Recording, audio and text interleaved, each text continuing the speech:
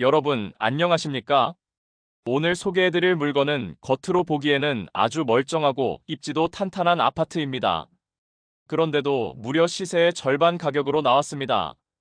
아니, 이런 집이 왜 경매에 나왔지? 보는 순간 고개가 갸웃해지실 겁니다. 부산 연제구 연산동 동서그린 아파트. 지하철역과 관공서가 모두 도보권 안에 있고 교육, 의료, 생활 인프라가 완비된 입지 좋은 단지입니다. 그 중에서도 오늘 보실 물건은 15층 중 고층 전용 약 24평 규모의 실거주임대 모두 유리한 구조를 가진 매물입니다. 그런데 이 물건이 지금 감정가 1억 5,400만 원에서 시작해 무려 3번 유찰, 현재는 7,546만 원자 49% 수준까지 가격이 떨어졌습니다. 겉으로만 보면 당장 입찰 들어가야 하는 거 아닌가요? 이런 생각이 드실 수 있습니다. 하지만 여러분, 경매는 겉만 보고 판단하는 순간 덫에 걸리는 시장입니다. 아무리 입지가 좋아도 안에 누가 점유하고 있는지, 대항력 있는 임차인이 있는지, 보증금 인수가 발생하는지 이런 속 사정을 정확히 모르고 덤비면 싸게 샀다가 더 큰 돈을 날릴 수도 있습니다. 그래서 오늘 이 영상에서는 이 물건의 외형이나 단지 정보만이 아니라 등기부 권리 분석, 임차인 현황, 인수금 유무, 그리고 낙찰 후 수익 시뮬레이션까지 하나하나 철저하게 파헤쳐 보겠습니다.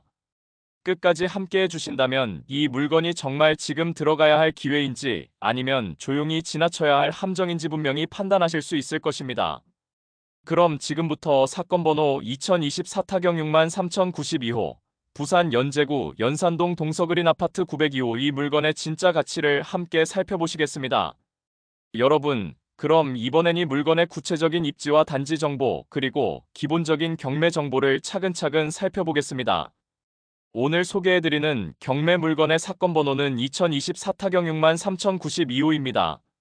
물건 소재지는 부산광역시 연제구 연산동 1104번지, 바로 동서그린 아파트 나동 902호입니다. 해당 호실은 지상 15층 중 9층 중간 고층 라인에 위치한 아주 괜찮은 위치입니다. 전용 면적은 79.3제곱미터, 약 23.99평, 대지 지분은 31.26제곱미터, 약 9.46평입니다. 건물 구조는 철근 콘크리트조 슬래브 지붕이고 1991년 12월 24일 사용 승인 약 30년 이상 지난 단지이지만 외관 상태는 비교적 잘 관리되어 있어 연식에 비해 거부감이 덜한 곳입니다. 이번 경매는 현재 3차 입찰까지 진행 중이며 최초 감정가는 1억 5,400만 원, 하지만 3번의 유찰을 거치며 지금은 무려 7,546만 원까지 떨어진 상태입니다. 입찰 예정일은 2025년 8월 13일 수요일, 입찰 장소는 부산지방법원 본원경매 법정입니다. 이제 입지 설명을 드리겠습니다. 이 동서그린 아파트는 부산 연제구 연산동 토곡로 대로변 바로 옆에 위치해 있습니다. 근처에는 연제구청, 부산교육청, 부산지방법원, 그리고 연산초등학교, 연제중학교, 연제고등학교 등 공공기관과 학군이 밀집해 있는 행정중심지입니다. 연제경찰서의 바로 뒤편에 자리 잡고 좌측으로는 부산지방소방청이 있는 아파트로 생활권은 무척 좋은 편입니다.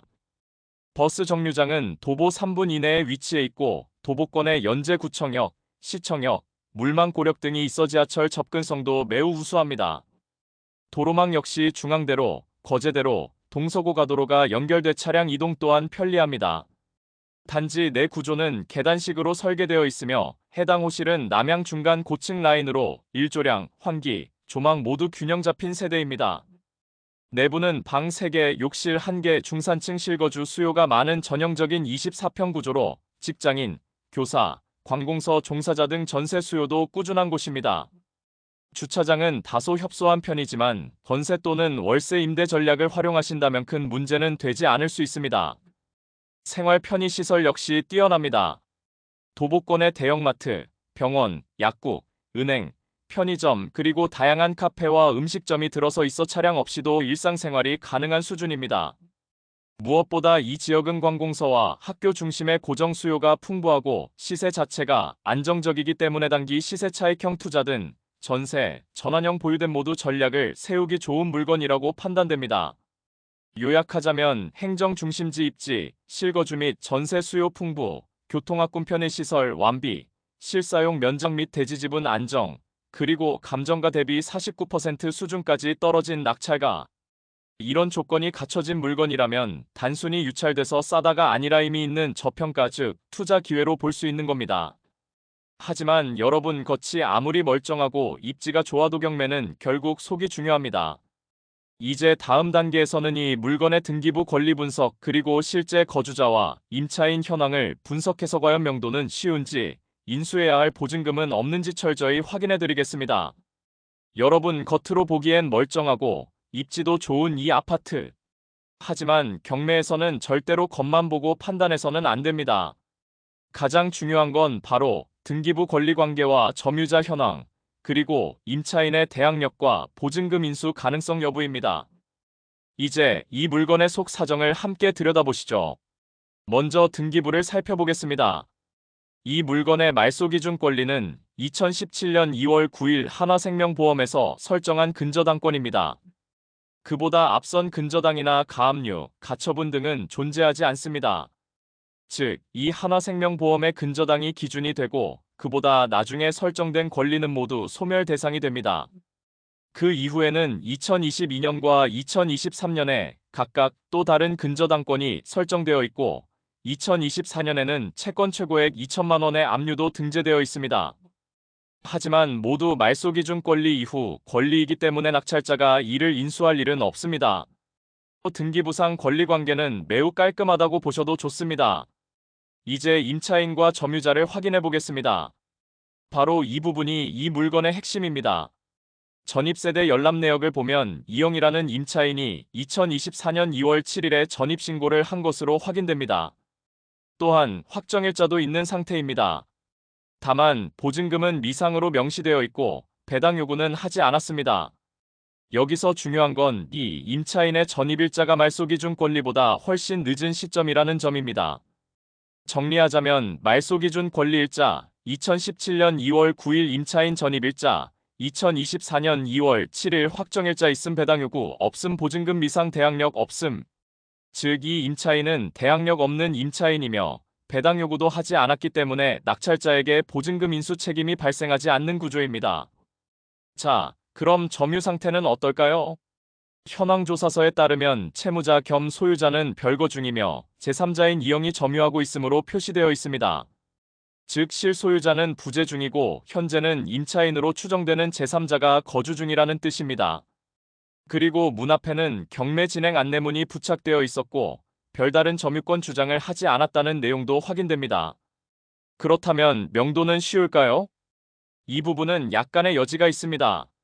일단 인수해야 할 보증금은 없고 대항력도 없으며 배당 요구도 안 했기 때문에 법적으로는 명도 소송 후 강제 집행도 가능합니다. 다만 해당 임차인이 실제로 명도에 협조적인지 혹은 추가 합의금이 필요한지 여부는 현장 인터뷰 또는 탐문이 반드시 필요한 부분입니다. 그래서 이 부분은 현장 확인을 통해 정확한 명도 전략을 수립하는 것이 중요하다고 말씀드립니다. 정리해드리면 등기부 권리는 말소기준 이후 깨끗하게 소멸 임차인 존재하나 대항력 없음 배당 요구 없음 인수 보증금 없음 점유자는 임차인으로 추정되며 명도는 약간의 협상 여지 존재. 즉 이 물건은 명도 이슈만 일정 부분 관리하면 사실상 인수금 0원, 권리 깨끗한 정석형 경매 물건이라고 보셔도 무방합니다. 이제 다음 단계에서는 이 물건을 실제로 낙찰받았을 때 얼마나 내 돈이 들어가는지, 시세는 얼마인지, 대출은 얼마나 나오는지, 그리고 팔았을 때 실제로 얼마나 벌 수 있는지, 수익 시뮬레이션을 통해 돈이 되는 구조인지 아닌지를 직접 계산해 드리겠습니다. 여러분 그럼 이제 현실적인 계산에 들어가 보겠습니다.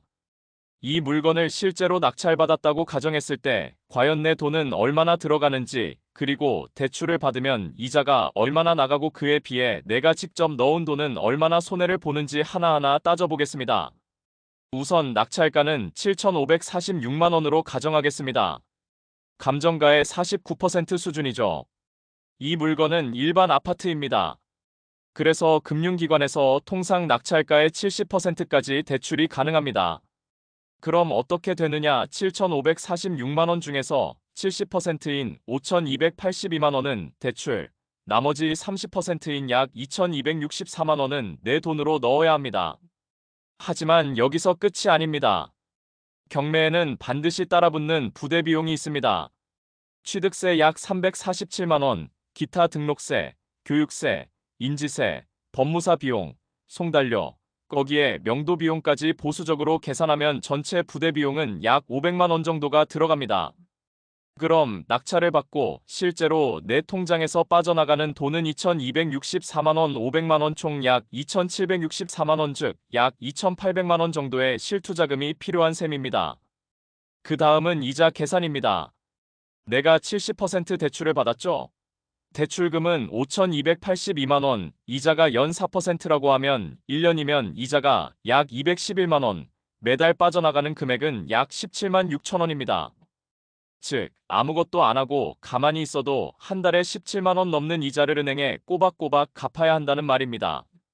그럼 내 돈은 어떨까요? 내가 직접 넣은 돈은 약 2,800만 원. 이 돈을 은행에 넣고 연 4% 이자를 받았다고 치면 1년에 약 112만 원, 한 달이면 약 9만 3천 원 정도를 벌 수 있었던 겁니다. 정리하면 이렇게 됩니다.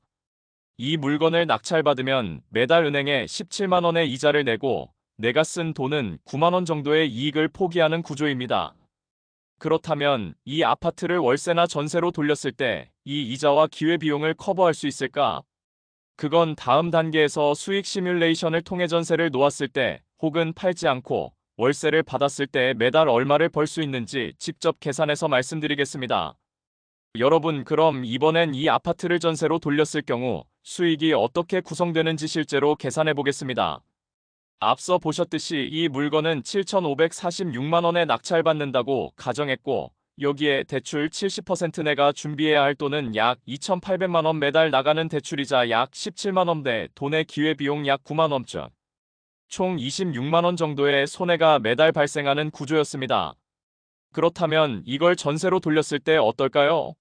현재 이 단지에는 전세 매물은 없습니다.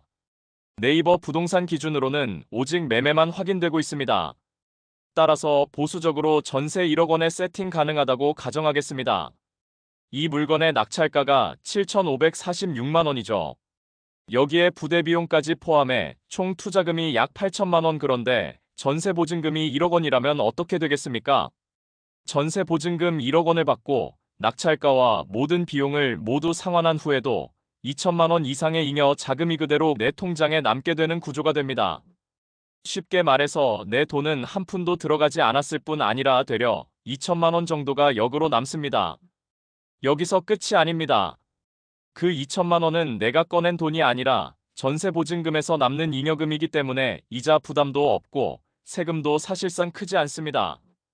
물론 월세 수익은 발생하지 않지만 대신 이자도 안 나가고 명도 리스크도 없고 시간이 지나면 시세 차익까지 그대로 보유할 수 있는 구조입니다. 전세를 놓자마자 내 실투자금은 0원이 되고 매달 이자도 0원, 기회비용도 사라집니다. 그렇다면 이건 어떻게 해석해야 할까요? 바로 내 돈 한 푼 안 들어가고 아파트 한 채를 가진 상태가 되는 것입니다. 그리고 시간이 흘러 시세가 오른다면 그 시세 차익은 온전히 내 몫이 됩니다. 이제부터는 정말 중요한 판단만 남았습니다. 이걸 전세로 돌리고 보유할 것이냐, 아예 23년 보유 후 시세 차익을 보고 매각할 것이냐, 그렇다면 개인 명의와 법인 명의 중 어떤 선택이 유리한가? 이 모든 걸 종합해서 이어서 전략 요약 및 수익 정리, 명의별 수익 비교해서 확실하게 정리해드리겠습니다. 여러분, 지금까지 이 물건을 하나하나 자세히 들여다보셨다면 이제는 머릿속에 어느 정도 윤곽이 그려지셨을 겁니다.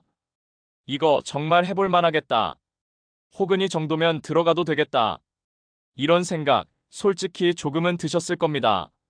그만큼 이 물건은 입지가 좋고 구조가 실용적이고 권리관계도 깨끗하며 인수해야 할 보증금도 없고 명도도 그리 어렵지 않은 구조입니다. 게다가 전세를 1억 원에 놓을 수 있다고 가정하면 내 돈은 한 푼도 안 들어가고 되레 2천만 원이 손에 남는 구조, 즉 영원 투자로 아파트 한 채를 확보하는 셈입니다. 이런 물건은 단순히 싼 가격에 나왔다는 의미가 아니라 재산을 늘릴 수 있는 확실한 전략형 물건이라고 봐야 합니다. 그럼 이제 정말 중요한 마지막 비교를 해보겠습니다. 이걸 개인 명의로 할 것이냐 아니면 법인 명의로 가져갈 것이냐, 어떤 쪽이 더 유리할까요?